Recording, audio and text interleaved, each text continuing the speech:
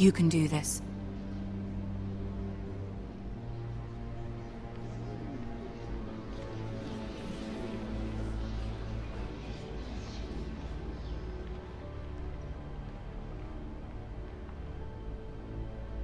Ah, Lady Marjorie. Aren't you looking lovely this evening? Lord Tyrion. Your Grace? With your permission, allow me to introduce Lady Mira of House Forrester.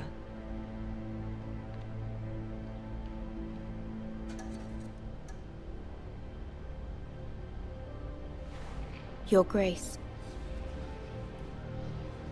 The girl knows her courtesies. Impressive. You may rise. House Forrester is a northern house loyal to the king. Are they? I beg your pardon, Your Grace. I wasn't talking to you. I want to hear from the girl. Is your family loyal to the king? Perhaps you should ask the new Lord Forrester. He's not here, is he? She is. Yes, Your Grace. To the one true king. The one true king. Yet she didn't say which. The girl is clever. She only meant... I don't care what she meant. I care what she said.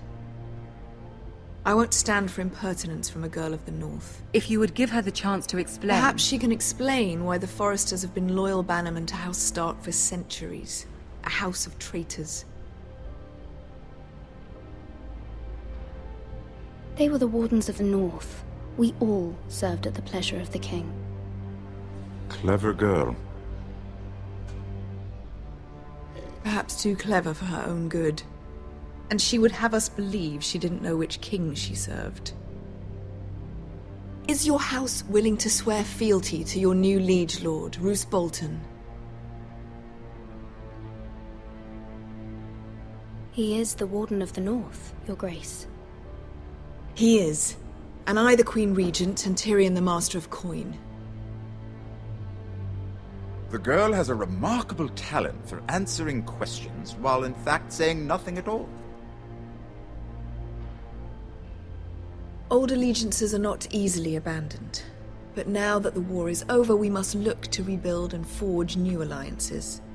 There are ships and shields to be built, and Joffrey will need a steady supply of ironwood for his armies. I'm told there are others who would happily serve that purpose, but I trust we can rely on House Forrester.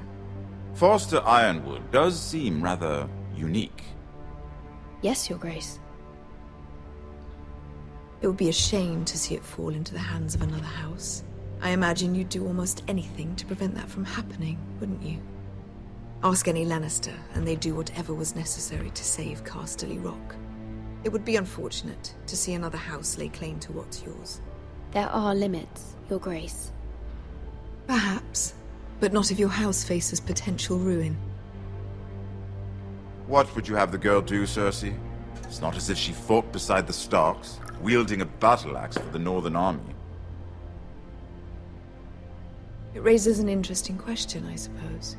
Can we truly blame those who end up on the wrong side of the war? Our dear Marjorie here was betrothed to Renly Baratheon on the false assumption that he would one day rule the Seven Kingdoms. Can we fault her for her mistake? Should she be held accountable? I won't judge her, Your Grace. I wasn't there. I didn't face her decisions. Aren't you a delightful girl? If only one could flit through life without ever holding an opinion of their own. If there's a point to this, I hope you find it quickly. Loyalty can be such a hard thing to define. This city alone is filled with all sorts of ambitious opportunists looking to reinvent themselves, pretending to be something they're not. Who knows what lurks within their hearts?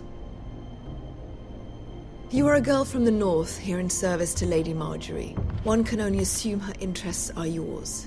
Yet loyalty to a king, that must be absolute, beyond question.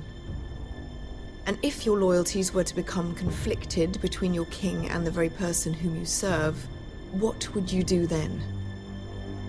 I'm sure she would... Let the girl answer the question. Go on. I must choose Marjorie, Your Grace. I serve at her pleasure. Clearly your handmaiden does not have her priorities straight. She is a threat to the crown, isn't she? The most dangerous handmaiden in all of King's Landing.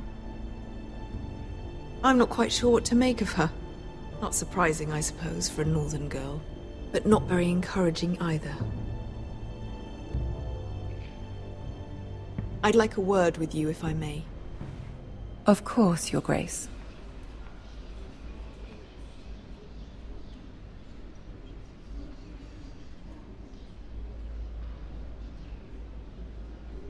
I'll walk you out.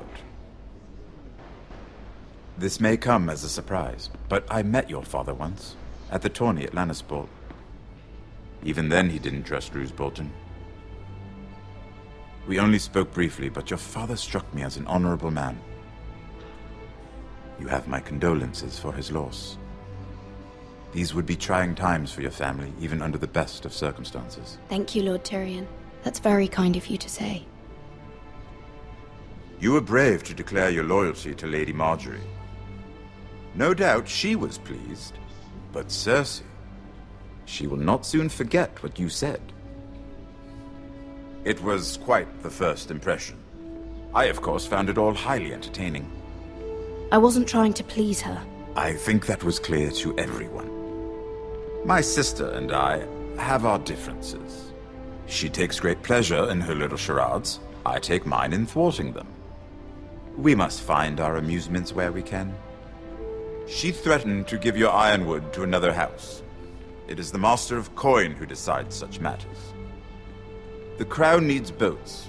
Boats need wood, and I speak for the Crown in this regard, not her. What are you suggesting? I suppose the Crown could be persuaded to secure ironwood from House Forrester. Lady Margaery might not look favorably on such an alliance, and it would infuriate Cersei. Although what would be amusing for me might prove rather dangerous for you and your house. Are you willing to risk that? It may be far too dangerous.